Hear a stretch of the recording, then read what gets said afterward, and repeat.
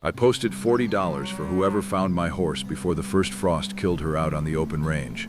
And I did not expect that the man who eventually brought her back would refuse every dollar of it, or that his refusal would turn out to be considerably more complicated to accept than the money would have been. My name is Celia Danvers, and I was 23 years old that October, the only daughter of Walter Danvers, who ran the largest cattle operation in our corner of Kansas and had, over the course of my adult life, developed the particular habit of treating my future the way he treated a promising heifer, with careful attention to breeding and considerably less attention to what the animal in question might actually want for herself.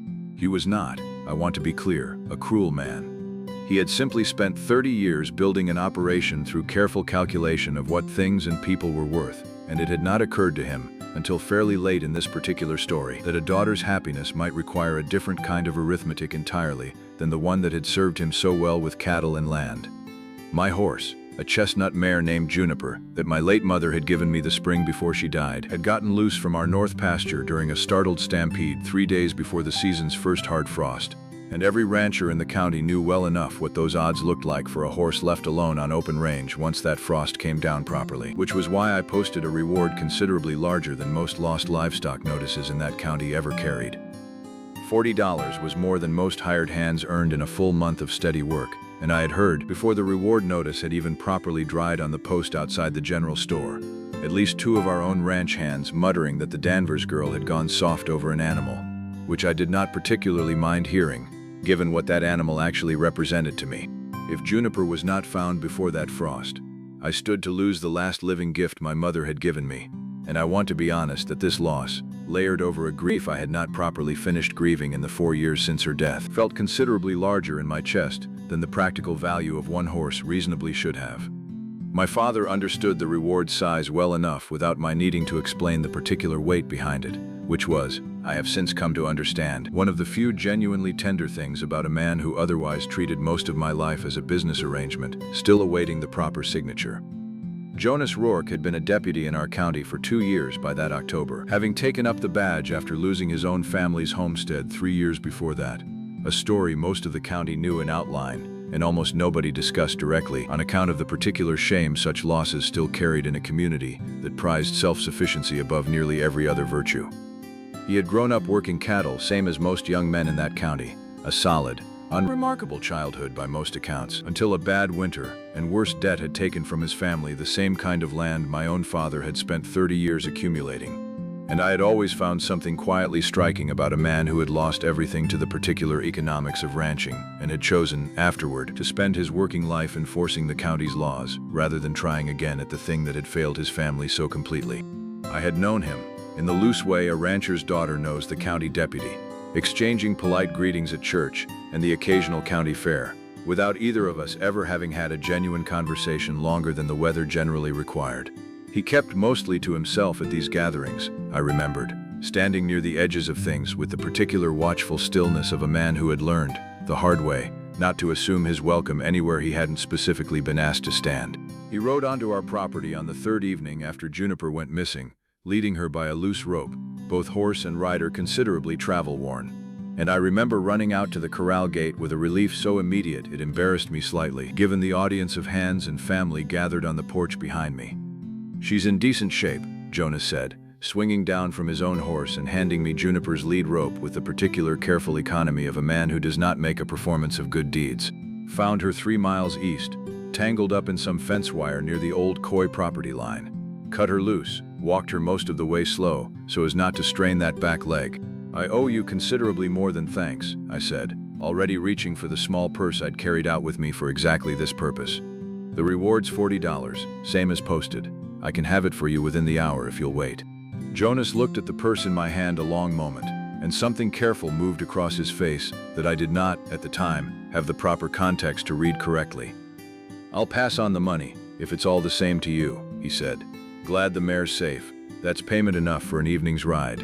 I did not understand, that first evening, what precisely was being refused alongside the money, and I want to be honest that my initial reaction was simple confusion, rather than any deeper recognition, because a man refusing $40 in a county where most deputies earned barely $35 a month for considerably harder work was, on its face, simply strange. "That's a genuinely foolish thing to refuse," I said, which was not, in retrospect, the most gracious response available to me. $40 is $40, Deputy Rourke. Whatever pride tells you about accepting it. It's not pride, he said, and there was something in the particular quiet firmness of it that made me look at him more carefully than I had at any point in our several years of polite, forgettable acquaintance. Or it is, but not the kind you're thinking of. I'll wish you good evening, Miss Danvers, and he mounted his own horse and rode off before I had properly assembled a response, leaving me standing at the corral gate with an untouched purse of reward money and the distinct, uncomfortable sense that I had just failed to understand something important. My father, watching this exchange from the porch, said only, "Peculiar man," in the particular dismissive tone he used for anything that did not fit neatly into his understanding of how sensible people conducted their business, and went back inside to prepare for the supper he had already planned that week with Emmett Coy, the young banker from town whose courtship of me, my father, had been quietly and persistently encouraging for the better part of a year, on the entirely reasonable grounds that Emmett Coy possessed a respectable fortune, impeccable manners, and precisely zero of the complications that came with a deputy's modest salary and a lost homestead in his past. I want to be honest about Emmett Coy, because it would make a tidier story if he had been a villain, and he was not. He was pleasant, attentive, genuinely fond of me in whatever limited way his careful, well-mannered nature allowed fondness to show itself. And he would have made, by every practical measure my father valued, an entirely reasonable husband. He brought flowers on the appropriate occasions, remembered my birthday down to the specific date, and had never once, in the better part of a year of courtship, raised his voice or behaved with anything less than perfect propriety. He was, in the particular way my father approved of most things, entirely sensible.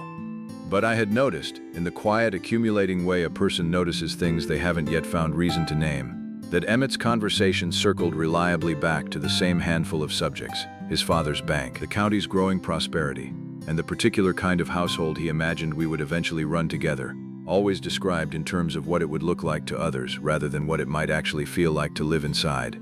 He had asked me, over the course of that year, a great many polite questions about my preferences in furniture and my opinions on appropriate social calls, and had asked me, so far as I could recall, not a single question about my mother, or Juniper, or anything else that might have required him to understand me as something other than a well-bred addition to his eventual household. I had accepted his courtship for the better part of that year with the particular passive compliance of a woman who had not yet found a sufficiently compelling reason to refuse it. And it was only in the days following Jonas Rourke's strange refusal of $40 that I began to understand, slowly and with some discomfort, exactly what that compelling reason might turn out to be. I sought Jonas out myself 4 days later, riding into town on the pretense of county business that did not, strictly speaking, require my personal attention, and found him at the jailhouse office, going through the particular unglamorous paperwork that made up most of a deputy's actual daily work. "I've come to understand I owe you an apology," I said, "for calling your refusal foolish. I don't yet understand it properly, but I recognize now that it deserved more consideration than I gave it." Jonas set down his pen and looked at me with the particular careful attention of a man deciding whether a conversation was worth the risk of honesty.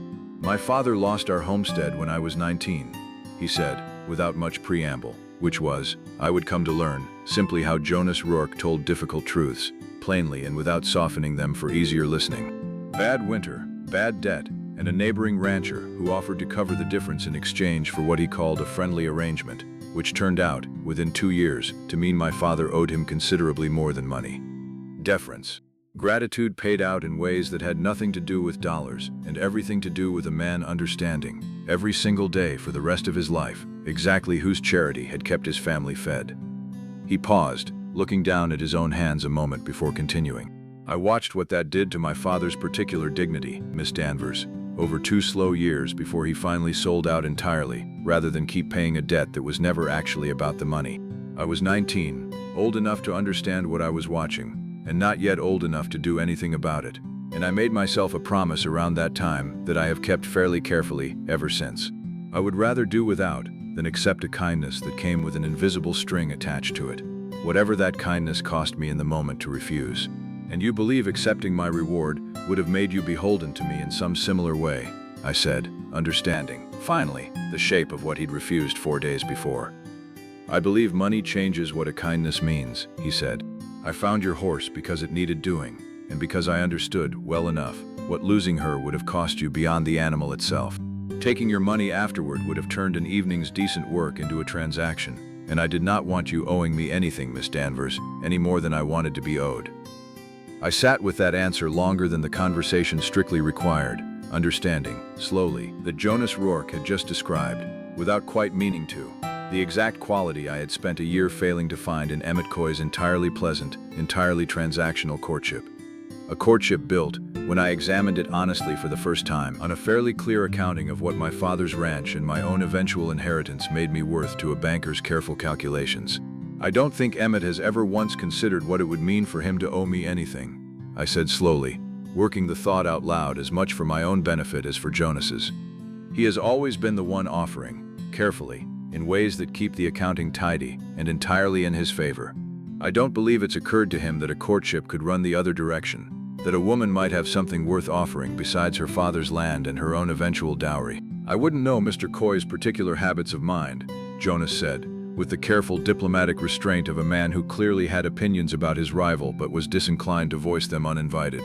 I only know my own, and mine run toward not wanting to be beholden, and not wanting anyone beholden to me either, which I recognize makes for a considerably less comfortable kind of courtship than most women are accustomed to. I've spent this past year, I said slowly, being courted by a man who has never once, to my recollection, asked me a single question about my mother, or Juniper, or anything at all that didn't have some bearing on what kind of wife I'd make for a man in his position. I hadn't properly noticed that until just now, comparing it to a deputy who rode 3 miles out of his way and refused payment because he didn't want me feeling indebted to him for it. Jonas was quiet a moment, and something careful and hopeful moved across his face, that he was, I think, trying rather hard not to let me see too clearly. I'd be careful what conclusions you draw from one conversation, he said. I'm not offering you anything better than Coy can offer, in any practical sense. I own considerably less than he does, and I expect to go on owning considerably less for the foreseeable future, given what a deputy's badge pays. I didn't ask what you owned, I said. I asked what you noticed, and it turns out you've noticed considerably more about me in one evening's horse-finding than Emmett Coy has managed in a year of formal courtship. I visited the jailhouse office twice more that week, each time under some practical pretense that grew progressively thinner, and each time found myself staying considerably longer than county business required, talking with Jonas about matters that had nothing at all to do with reward money or lost horses. He told me, on the second of those visits, about the particular satisfaction he took in the quieter parts of his work, settling a dispute between neighbors over a fence line before it turned to gunplay, walking an elderly widow home safely after dark, the kind of work that never made the county paper but that he considered, in his own careful accounting, worth considerably more than the $35 a month it paid. I used to think a man's worth was measured mostly in land, he told me, on that second visit, on account of watching my father lose his and understanding, young, exactly how much of the county's respect went with it. I've come to think differently since taking up this badge. I've met plenty of landed men in this county who wouldn't walk an old woman home in the dark if you paid them to, and I've met considerably poorer men who'd do it without being asked twice. He looked at me with the particular directness that had by then become familiar.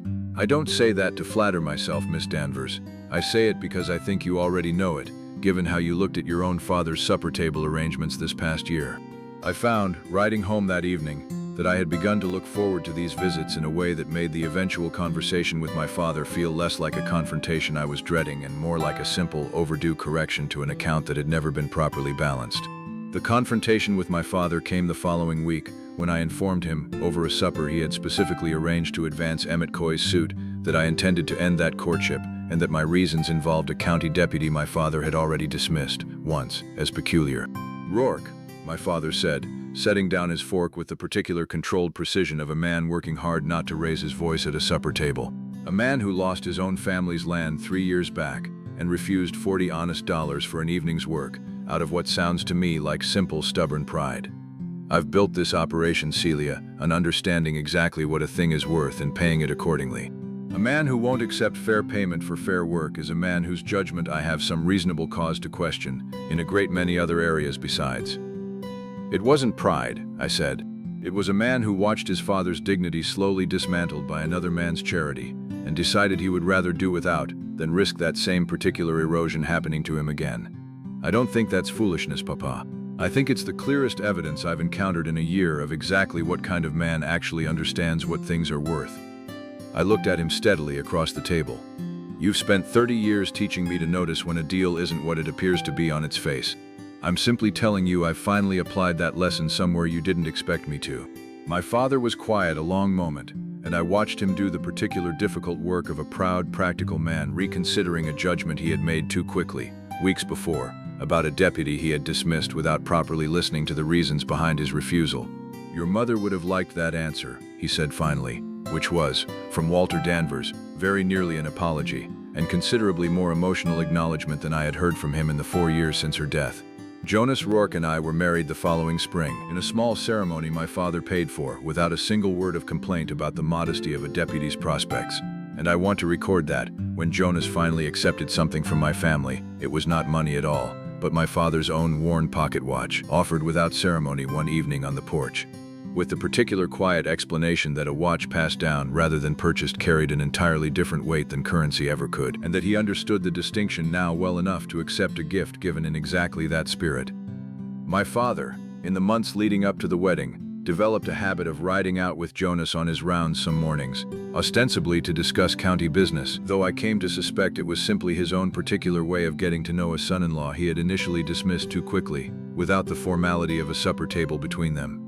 He never said so directly, being the sort of man who expressed most of his warmer feelings through action rather than declaration, but he began, that winter, referring to Jonas as "my deputy," in conversation with other ranchers, a small proprietary phrase that told me, better than any speech could have, exactly how far his opinion had traveled since that first dismissive, peculiar man on the porch. I still ride Juniper most mornings along the same north pasture fence line where she went missing that October, and some mornings, when Jonas rides out with me before his shift at the jailhouse office, I think about the particular $40 I once thought was the only thing worth offering a man for a genuinely kind act, and I understand, more clearly each year, that the things worth offering someone are very rarely the things that fit neatly into a reward notice.